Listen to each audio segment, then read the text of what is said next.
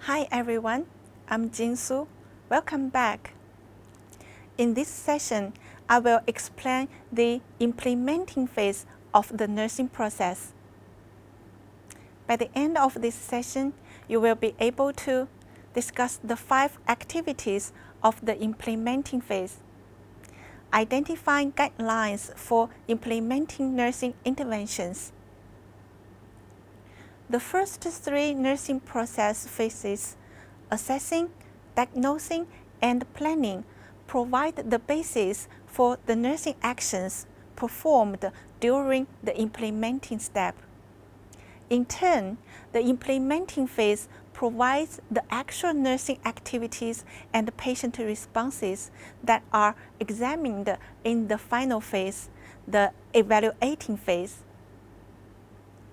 The actual nursing activities can be monitoring the patient for signs of change or improvement, directly caring for the patient or performing necessary medical tasks, educating and instructing the patient about further health management, and referring or contacting the patient for follow-up. Now, let me explain the process of implementing to you.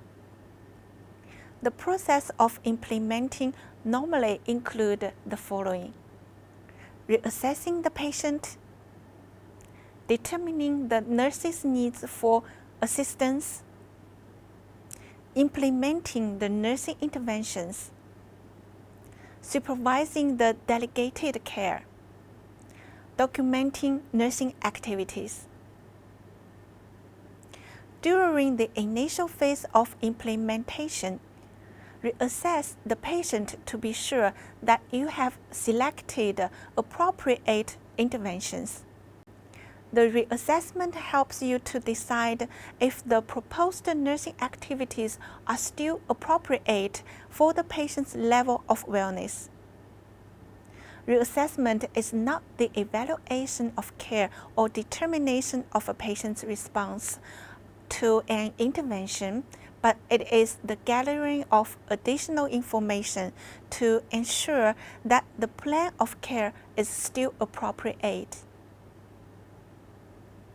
If a patient's status has changed and the nursing diagnosis and the related nursing interventions are no longer appropriate, modify the nursing care plan. Certain patient care situations require nurses to obtain assistance by seeking additional personnel, knowledge, and nursing skills. Before beginning care, review the plan to determine the need for assistance. So, when the nurse is asked to administer a new medication, operate a new piece of equipment, or administer a procedure with which she is unfamiliar, the nurse should seek the information. The nurse needs to be informed about a procedure. Collect all equipment needed for the procedure, and have another nurse who has completed the procedure correctly and safely aid or guide. When implementing interventions, nurses should follow these guidelines.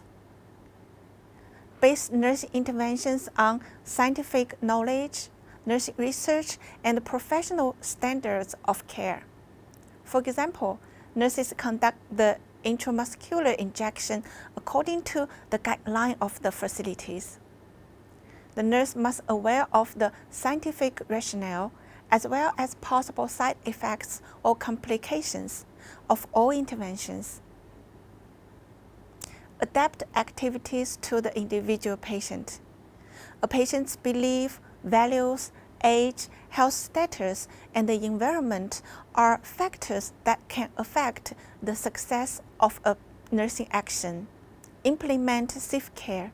For example, when changing a sterile dressing, the nurse practices sterile technique to prevent infection.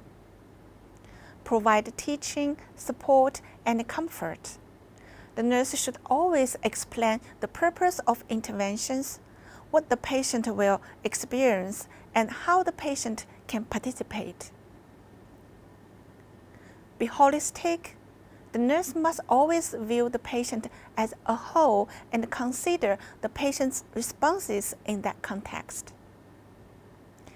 Respect the dignity of the patient and enhance the patient's self-esteem, providing privacy and encourage patients to make their own decisions, and encourage patients to participate actively in implementing the nursing interventions. Active participation enhances the patient's sense of independence and control. For example, the nurse instructs a patient with diabetes to self-inject insulin and advise the patient's self-management of the disease. Supervising delegated care. If care has been delegated to other healthcare personnel, the nurse responsible for the patient's overall care must ensure that the activities have been implemented according to the care plan.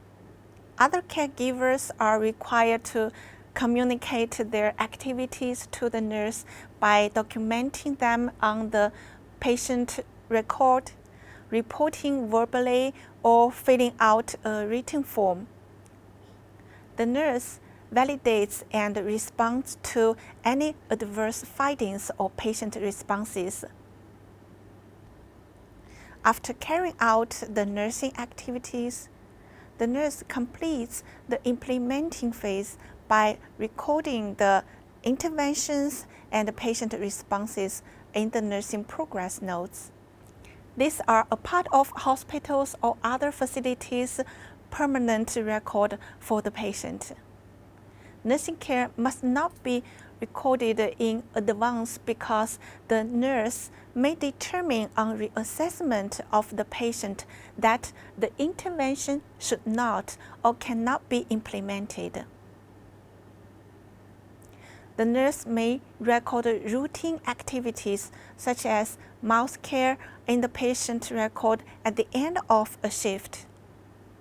In the meantime, the nurse maintains a personal record of these interventions on a worksheet. In some instances, it is important to record a nursing intervention immediately after it is implemented. Nursing activities also are communicated verbally. When a patient's health is changing rapidly, the charge nurse or the primary care providers may want to be kept up to date with verbal reports. I'll explain other relevant contents of documenting in another session. In this session, we discussed the activities of implementing phase as well as the guidelines for implementing nursing interventions. Imagine you will administer oxygen by nano for Mrs. Lin. Use critical thinking to ensure whether the lateral flow rate or the percentage of oxygen are correct. Even though you have planned a set of interventions for Mrs. Lin, you must exercise critical judgment and decision-making while delivering each intervention. Always think before you act. Thank you for your attention. See you next time.